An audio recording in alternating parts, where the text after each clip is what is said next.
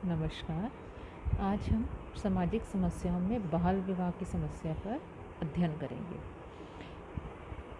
हिंदुओं में प्राचीन काल से विवाह एक पवित्र संस्कार माना गया है। इसे प्रत्येक हिंदू के लिए आवश्यक शर्त माना गया, क्योंकि हमारी संस्कृति में इसके द्वारा विभिन्न ऋणों, आश्रमों और पुरुषार्थ की पूर्ति होती है। विवाह धर्म, परिवार, समाज एवं जाति का मुख्य आधार रहा है। प्राचीन भारतीय समाज में विवाह बंधन में बंधने वाले दोनों ही पक्ष परस्पर एक दूसरे का सम्मान करते और वैवाहिक कर्तव्यों को निभाते।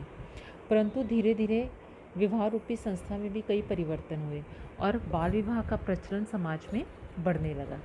प्राचीन धर्मशास्त्रों में विवाह की आयु को लेकर बड़ा मतभेद पाया जाता है।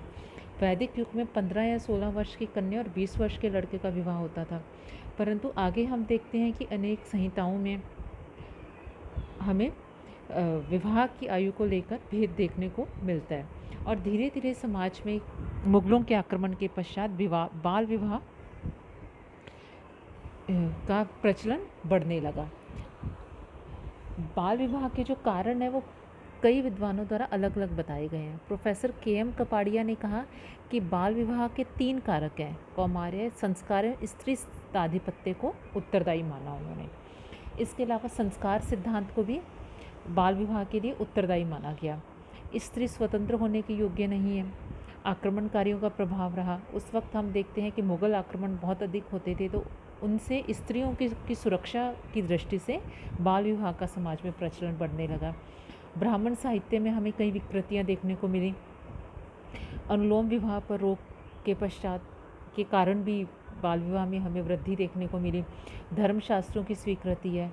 हमारा देश एक कृषि प्रधान देश है, जिसके कारण भी कम उम्र में हमें बाल विवाह देखने को मिलते हैं। जाति अंतर्विवाह, दहेज की बढ़ती मांग, संयुक्त परिवार, अशिक्षा, सती प्रथा आदि के कारण हमें समाज में बाल विवाह की प्रथा देखने को मिलती है। बाल विवाह क्या है? बाल विवाह लड़के और लड़के का छोटी आयु में विवाह कर देना बाल विवाह कहलाता है।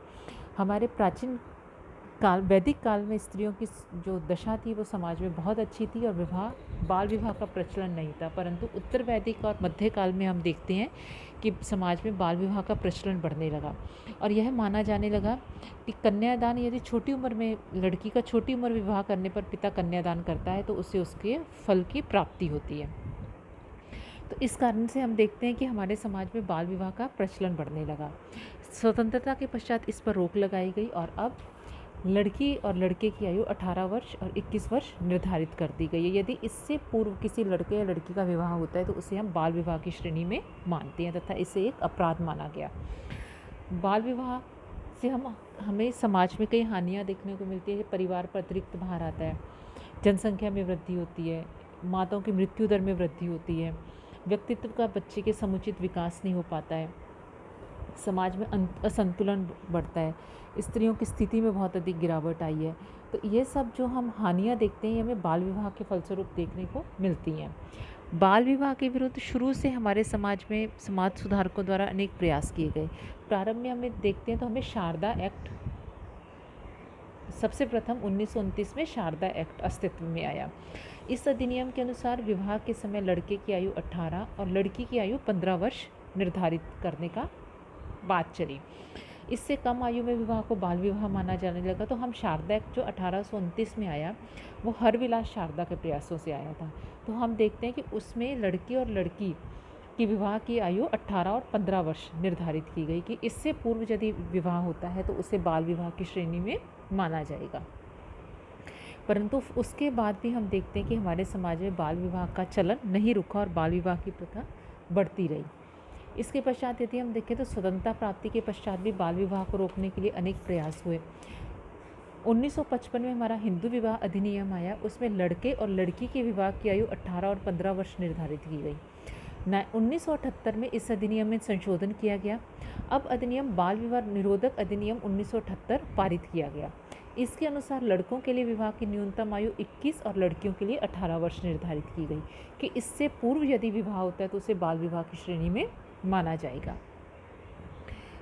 बाल विवाह निरोधक अधिनियम हमारे देश में 1978 में बना, परंतु उसके बाद भी हम देखते हैं कि आज तक हमारे समाज में बाल विवाह की जो प्रथा है वो चल रही है।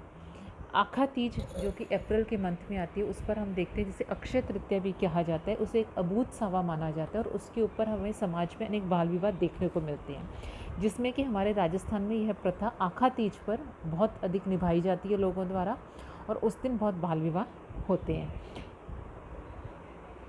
बाल विवाह निरोधक अधिनियम की असफलता के यदि हम कारण देखें तो हम देखते हैं कि एक बार विवाह हो जाने के पश्चात उसे रद्द नहीं घोषित किया जा सकता, पुलिस हस्तक्षेप की इजाज़त नहीं दी गई है, दंड बहुत कम रखा गया, विवाह के 1 वर्ष बाद तक कोई कार्यवाही नहीं हो सकती। इसके अलावा लोगों में जागरूकता का अभाव है, लोग आज भी इसे एक धर्म के साथ जोड़कर देखते हैं और मानते हैं कि छोटी उम्र में यदि लड़की का विवाह कर दिया जाता है और कन्यादान किया जाता है तो उसका फल अत्यधिक प्राप्त होता है। तो हम देखते हैं कि इस कारण से भी हमारे समाज में बाल विवाह की प्रथा बढ़ रही है। यदि हम इस कुप्रथा को समाप्त करना चाहते हैं, इसे हम बेसिकली प्रथा नहीं कहेंगे, ये कुप्रथा है, इसे हम समाप्त करना चाहते हैं तो इसके लिए हमें शिक्षा का प्रचार करना चाहिए, लोगों में जागृति फैलानी चाहिए।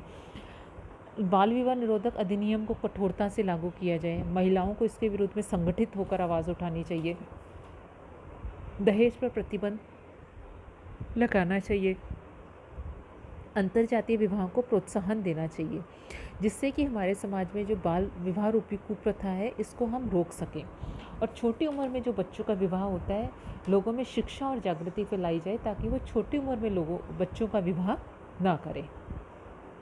धन्यवाद।